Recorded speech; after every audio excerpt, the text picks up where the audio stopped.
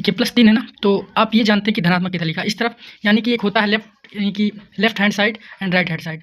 तो हमारा होता है यहाँ पे लेफ्ट हैंड साइड, ठीक है ना, इस तरफ, और इस तरफ हमारा होता है राइट हैंड साइड, ठीक है ना। तो राइट हैंड साइड ध्यान देंगे, यानी कि हमारा बायां तरफ और दायां तरफ। बायां तरफ हमारे ऋणात्मक होता है, आप जानते ही हैं, और दायां तरफ हमारा क्या होता है, धनात्मक होता है। तो यानी कि +3 और +5 को हमको दर्शाना है।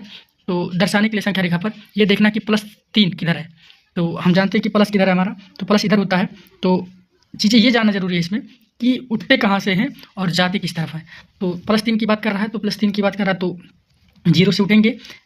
3 की बात कर रहा है ना, तो 3 बार गिनेंगे, 1 2 3, 0 को नहीं काउंट करेंगे, 1 2 3, 3 थे, यहाँ से उठे 3 पे पहुँचे, ठीक है ना। इस तरफ आते हैं तो इस तरह का चिन्ह लगाते हैं, ठीक है ना। इसके बाद में फिर क्या कह रहा है कि +5 की तरफ जाना है, +5। तो +5 जाना है, तो यहाँ से नहीं उठेंगे दोबारा, ठीक है ना। जहाँ पहुँचे हैं उसी वहीं से उसको छोड़ के गिनते हैं, ठीक है ना। मान लो 3 पे पहुँचे, 3 को काउंट नहीं करेंगे, लेकिन उठेंगे यहीं से, लेकिन 3 को काउंट नहीं करना है आपको, ठीक है ना। इस चीज़ को ध्यान रखना। तो 3 से उठेंगे, लेकिन 3 को काउंट नहीं करेंगे, तो गिनेंगे कहाँ से। हमेशा बेटा इस चीज़ ध्यान रखना है कि आप जहाँ से उठेंगे उसको काउंट नहीं करते हैं, इसको काउंट ना करके आगे से गिनना शुरू करते हैं। तो यहाँ से गिना करेंगे, तो 5 उठना, 1 2 3 4 5, यानी 8 पे आया। 3 से उठे तो हमारा कहाँ आया, 8, यानी कि यहाँ से उठे और कहाँ तक आए हम, 8 तक, ठीक है ना। तो इसको अगर हम हल करते हैं तो +3, ठीक है ना, और +5, तो प्लस प्लस प्लस होता है 5 3 8। देखिए 8 आ गया कि नहीं आ गया, ठीक है ना। तो इस तरह से इस सवाल को आपको लगाना है, ठीक है ना, लगा लीजिएगा। धन्यवाद।